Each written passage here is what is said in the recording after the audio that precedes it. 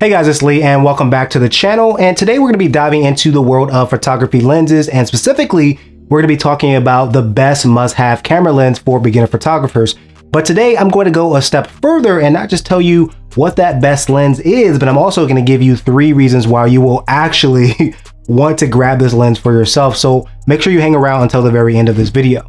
Now, the must-have camera lens that you should absolutely have as a beginner is a 24-70 f2.8. Now, there are several lens makers out there that make this focal length, or they make one within a few millimeters of this range. For instance, I use a Sigma 24-70 f2.8 DCDN lens for Sony E-mount, but also Canon, Sony, Tamron, and other lens manufacturers makes the same focal length as well. Now, the 24-70 is a game changer for beginner photographers, but if you're just starting out, this might be the only lens that you need for a while. So let's really find out why. So I'm going to give you 3 reasons. The first one is that this lens has what they call a constant aperture at f2.8 with this lens. Now stay with me, because if you don't know what aperture is, I'm going to kind of quickly talk about that really quick. If you already know what aperture is, then you can just skip ahead and then I'll see you in the next section. Now in photography, aperture refers to the opening in your camera lens which light passes through and it enters the camera body, and it's like a pupil of an eye, and it can widen or shrink to control the amount of light that gets in. And this aperture is measured in f-stops like f2.8, f4, f5.6, and so on. And a lower f-stop number means that there's a wider opening that lets in more light. Now, lenses can also have either variable aperture or constant aperture. Now, variable aperture is a common, more budget-friendly option that you'll see with like kit lenses and less expensive lenses. But with these lenses, the maximum aperture, or the widest it can go, it changes depending on the zoom, right? So for example, if you have a lens that says f3.5 to 5.6, it means that at the widest angle, your largest aperture is f3.5. And as you zoom in, the largest aperture available becomes smaller, going down to f5.6. Now, constant aperture like this one, you see that more so with higher end lenses. This basically means that the aperture stays the same and it's constant throughout the entire zoom range.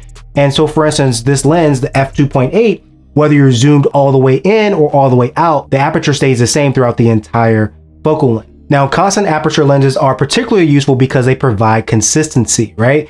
Now, you get the same amount of light at any zoom level, and this is really helpful in low light conditions or when you want to maintain the same exposure settings across different shots.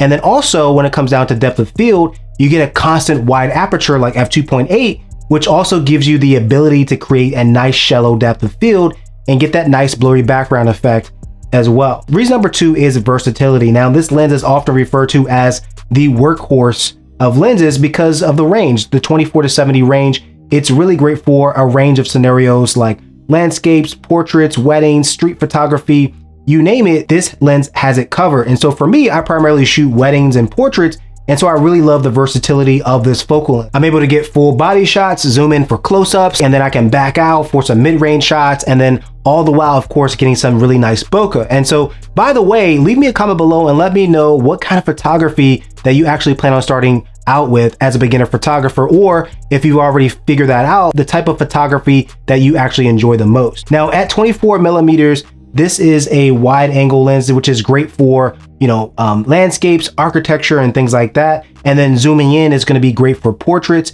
And with that constant f2.8 aperture, it's going to be great with low light, and it offers a nice, beautiful background blur or bokeh, as we all know. Now, reason number 3 is really that it's easy to use. So for beginner photographers, the ease of use with this lens is just designed to be super versatile, and it's a lens that can actually adapt to your environment or situation or whatever that might be, right? The Sigma 24-70, for instance, it's really sharp, it's super versatile, and typically lenses like this are well constructed and they're able to be used in different shooting environments because of that. Now, investing in a 24-70 f2.8 might seem pricey initially, but it's actually really cost effective in the long run, because instead of buying several lenses that cover the same focal length, you have them all in one without actually sacrificing image quality. Now, sure, a 50mm f1.8 is cheaper, right? And it has some sweet bokeh, but as a beginner photographer, the 24-70 is really the biggest bang for your buck.